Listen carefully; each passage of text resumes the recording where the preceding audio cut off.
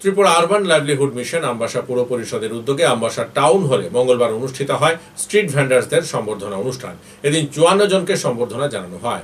চারাগাছে জল সিঞ্চন করে অনুষ্ঠানের শুভ সূচনা করেন আমবাসা পুর পরিষদের চেয়ারপারসন প্রতিমা মালাকার।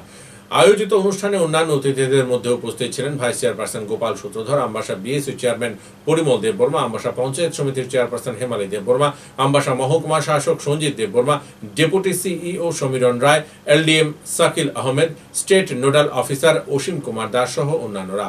বক্তব্য রাখতে গিয়ে আমবাসা পুর পরিষদের ভাইস চেয়ারম্যান গোপাল সূত্রধর বলেন, পিএম স্বনির্ভর নিধি প্রকল্পে স্ট্রিট ভেন্ডারদের আত্মনির্ভর করার লক্ষ্যে আর্থিক সহযোগিতা করা হয় এবং বিভিন্ন সময় তাদেরকে স্বাবলম্বী করে গড়ে তোলার জন্য লোন দেওয়া হয়ে থাকে। লোন পরিশোধের নিরিখে আজ 54 জনকে সম্বর্ধনা প্রদান করা হয়। প্রধানমন্ত্রী স্ট্রিট ভেন্ডার্স আত্মনির্ভর নিধি অর্থাৎ পিএম স্বনিধির অন্তর্ভুক্ত আমাদের আজকে প্রায় 60 জন ভেন্ডিং কাজ করে অর্থাৎ ভেন্ডার্স, তাদেরকে আমরা সলিসিট করব। এটার উদ্দেশ্য হলো আমাদের সরকার যে পিএম স্বনিধির যে স্কিমটা, এটা আমাদের ভেন্ডারের জন্যই করা হয়েছে।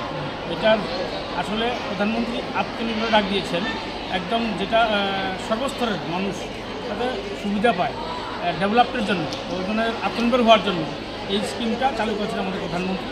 এইটারই অঙ্গ হিসেবে আজকে আমরা পুরো পরিষদ এই আমাদের যারা ভেন্ডার আছেন, যারা রেজিস্টার্ড ভেন্ডার আছেন, বিশেষ করে আমাদের যেমন স্ট্রিট ভেন্ডার্স আছেন 548 জন, তার মধ্যে আমাদের আছেন সার্টিফিকেট অফ ভেন্ডিং আছেন তারা 228 জন। এর মধ্যে আমাদের আছেন ফার্স্টে তারা ওনাদেরকে 10,000 টাকা দেওয়া হয়েছে, এরপরে 24,60,000 টাকা ওদেরকে দিয়েছে, 24 জনকে দিয়েছে। এটা সরকার দিয়েছে ওনাদের সাহায্যার্থে।